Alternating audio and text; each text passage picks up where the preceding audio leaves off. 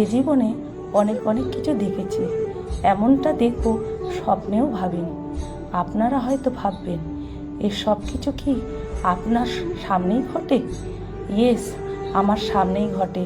মাঝে মাঝে যাদের মুড অফ থাকে, মন খারাপ হয়ে যায়, কি করলে মন ভালো হবে এটা যদি বুঝতেন না পারে, দয়া করে অন্তত লোকাল ট্রেনে একবার উঠবেন। বাপরে বাপ, যত মানুষ তত গল্প। আমার আজকের গল্প এক সুন্দরীকে নিয়ে। সকালে পাঁশকুড়া লোকালে ট্রেনের ভিড় নেই। ভিড় না থাকার কারণে হলো সামনেই রয়েছে আপ মেদিনীপুর লোকাল। দুটো ট্রেন পরপর থাকলে পরের ট্রেনটা ফাঁকা থাকবে, এটাই স্বাভাবিক। তবে যে 2-4 জন ওই কামরাতে আছেন সকলেই বসে আছেন। আমি ট্রেনে উঠেই সিট পেয়ে গেলাম। আমার সামনে বসে আছে এক পরমা সুন্দরী, নীল রঙের শাড়ি, চোখে দামি সানগ্লাস, ঠোঁটে লিপস্টিক, কপালে একটা ছোট্ট টিপ। পাশে রেখেছেন লেদারের একটি ভ্যানিটি ব্যাগ। ব্যাগটাও কি দারুণ সুন্দরী, বসার স্টাইলটাও একটু আলাদা। একটা পা নিচে রেখে আর একটা পায়ের উপরে পা তুলে বসে আছেন। যে পাটা নিচে আছে সেই পায়ের জুতো আছে, আর যে পায়ের ওপরে তুলে রেখেছেন ওই পায়ের জুতো নেই। যেটা লক্ষ্য করার বিষয়, এই একটি পাটি জুতো যেমন পায়ে নেই তেমনি নিচের পরেও নেই। আমার কেমন যেন সন্দেহ হলো, এক পাটি জুতো তাহলে কোথায় গেল? আমার দুটো চোখ লাটাইয়ের মতন ঘুরতে লাগলো। কোথাও নেই। নেই মানে নেই। এদিকে ওই সুন্দরীর কোনো ভ্রুক্ষেপ নেই, যেহেতু জানালার সিটে বসেছেন, কানে হেডফোন লাগিয়ে বাইরের দিকে তাকিয়ে গান শুনতে চলেছেন।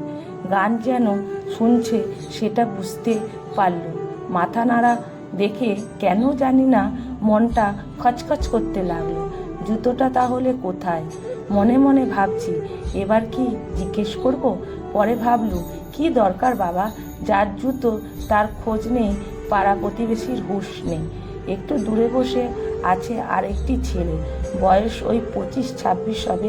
এই সুন্দরী ততক্ষণে এই ছেলেটির দৃষ্টি আকর্ষণ করে নিয়েছে।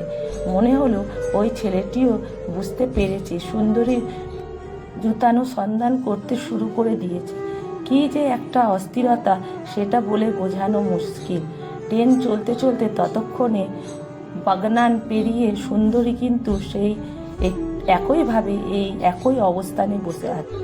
নো নরণচরণ। লাস্ট স্টেশন পর্যন্ত যেহেতু আমি যাব, শেষ পর্যন্ত কি হয় সেটাই তখন দেখার। বিশ্বাস করুন, জুতো আবিষ্কার করতে আমাকে আর বেশিক্ষণ অপেক্ষা করতে হলো না।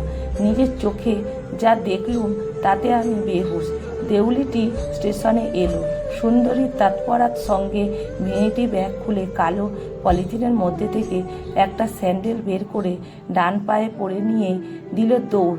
অবাক কাণ্ড, বাম পায়ে গোলাপি রঙের এক ক্রস, ডান পায়ে সাদা রঙের একটা স্যান্ডেল।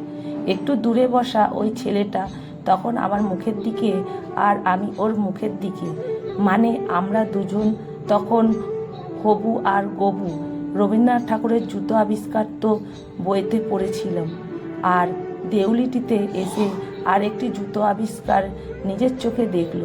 দেউলিটিতে তো শরৎচন্দ্রের বাড়ি। ইস, শরৎচন্দ্রবাবু যদি বেঁচে থাকতেন, ওনাকে বলতুম এরকম জুতো আবিষ্কার নিয়ে আপনি অন্তত একটা গল্প লিখুন। কলমে সরজিৎ ঘোষ, পাঠে অনিতা ভট্টাচার্য।